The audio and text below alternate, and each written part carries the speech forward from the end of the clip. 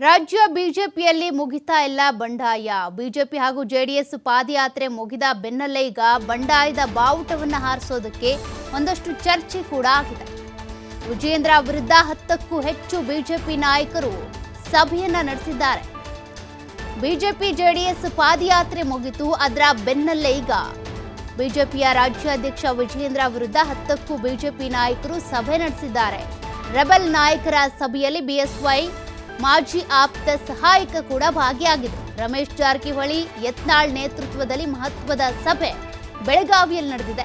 ಬೆಳಗಾವಿಯ ಹೊರವಲಯದ ಖಾಸಗಿ ರೆಸಾರ್ಟ್ನಲ್ಲಿ ಈ ಮೀಟಿಂಗ್ ಅನ್ನ ಮಾಡಿದ್ದಾರೆ. ಯಾತಕ್ಕಾಗಿ ರೆಬೆಲ್ ನಾಯಕರು ವಿಜೇಂದ್ರ ವಿರುದ್ಧ ಸಿಡಿದೆದ್ದಿದ್ದಾರೆ. ಹೀಗಾಗಿ ಅವರು ಕೂಡ ಮತ್ತೊಂದು ಪಾದಯಾತ್ರೆ ಮಾಡಬೇಕು ಅಂತ ಚರ್ಚೆಯನ್ನ ಮಾಡಿದ್ದಾರಂತೆ. ಇದು ಯಾವನೋ ಒಬ್ಬನ ಹೀರೋ ಮಾಡೋದಕ್ಕೆ ಹೋರಾಟ ಅಲ್ಲ ಅಂತ ಯತ್ನಾಳ್ ಈ ಸಂದರ್ಭದಲ್ಲಿ ಮಾತನಾಡಿದ್ದಾರೆ. ಮುಡಾ ಹೋರಾಟ ಕೇವಲ ಮೈಸೂರಿಗೆ ಮಾತ್ರ ಸೀಮಿತವಾದಂಥ ಹೋರಾಟ.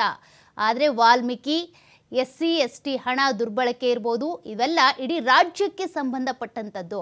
ಸ್ವಪಕ್ಷದ ವಿರುದ್ಧವೇ ಶಾಸಕ ಯತ್ನಾಳ್ ವಾಗ್ದಾಳಿ ನಡೆಸಿದ್ದಾರೆ. ಅರವಿಂದ್ ಲಿಂಬಾವಳಿ ಕೂಡ ಇದಕ್ಕೆ ಸಂಬಂಧಪಟ್ಟಂತೆ ಮಾತನಾಡಿದ್ದಾರೆ.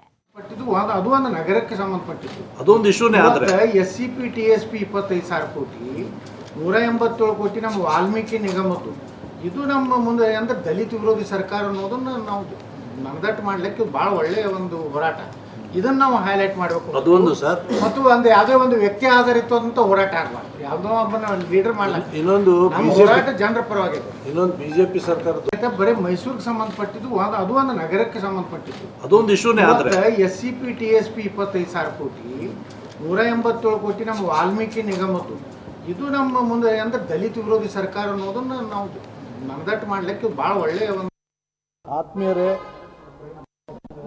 ಮೊದಲನೇದಾಗಿ ನಾನು ಸ್ಪಷ್ಟನೆಯನ್ನು ಕೊಡ್ಲಿಕ್ಕೆ ಬಯಸ್ತೀನಿ.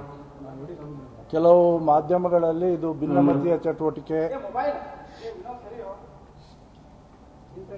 ಅತೃಪ್ತರ ಸಭೆ ಇದೆಲ್ಲ ಬರ್ತಾ ಇದೆ ಅಂತೆ.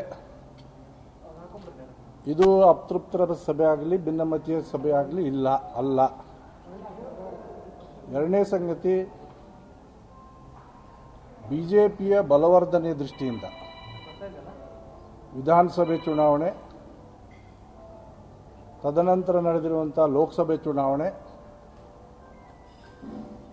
ವಿಧಾನಸಭೆ ಚುನಾವಣೆಯಲ್ಲಿ ನಾವು ಹೀನಾಯವಾಗಿ ಸೋತಿದ್ದೇವೆ.